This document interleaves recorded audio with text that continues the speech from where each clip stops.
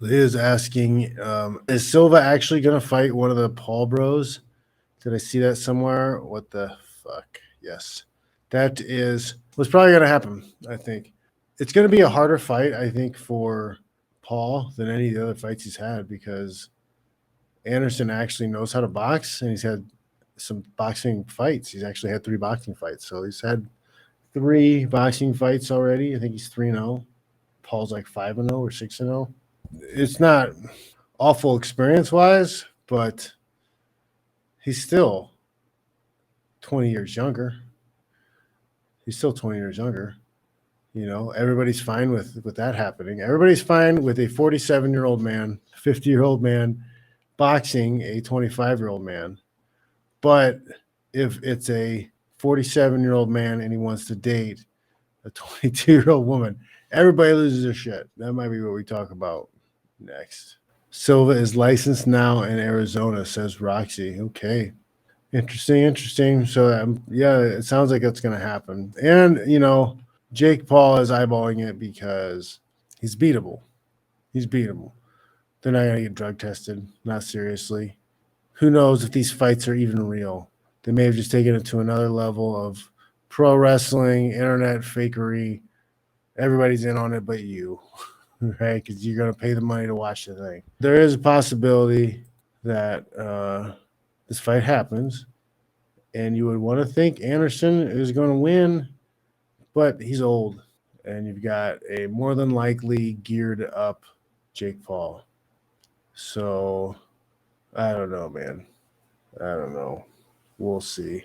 It is all for money. Which I don't care. If people want to put together circus shows, no big deal. What I don't like is the monopoly that the UFC possesses. See, these guys being able to set up, they have a following, so they can set up a fight for money. Great. That's awesome. What's not awesome is if what the UFC does to like GSP. I think they still have him under contract. I don't know if he got the sunset clause in his contract, but like he gets prevented from doing certain things. I don't think your MMA promoter or any other promoter should be able to limit what you do on a certain level. And yeah, so that's the thing too. Like, why shouldn't these older fighters be able to put together super fights just because the crowd wants to see it? Why not? People want to see St. Pierre and Aderson Silva again, and people put up the money, and people are like, "Yeah, man, I want to buy the pay-per-view." If some promoter, even if the UFC or Zuffa doesn't want to do it, if some other promoter is like, "Hey," Golden Boy Productions is like, "Hey, we want to put this fight together. We want to host it. We want to promote it. We're gonna do it.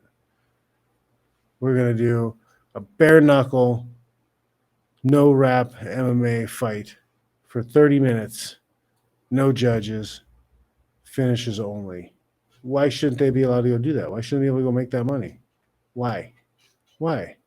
At some point, the fighters should be free agents, or at least the independent. It needs the independent title. It really needs independent titles. We all need independent titles. In combat sports, you need independent titles. Yep, that would be. I'm not in his weight class anymore, though. That'd be a problem.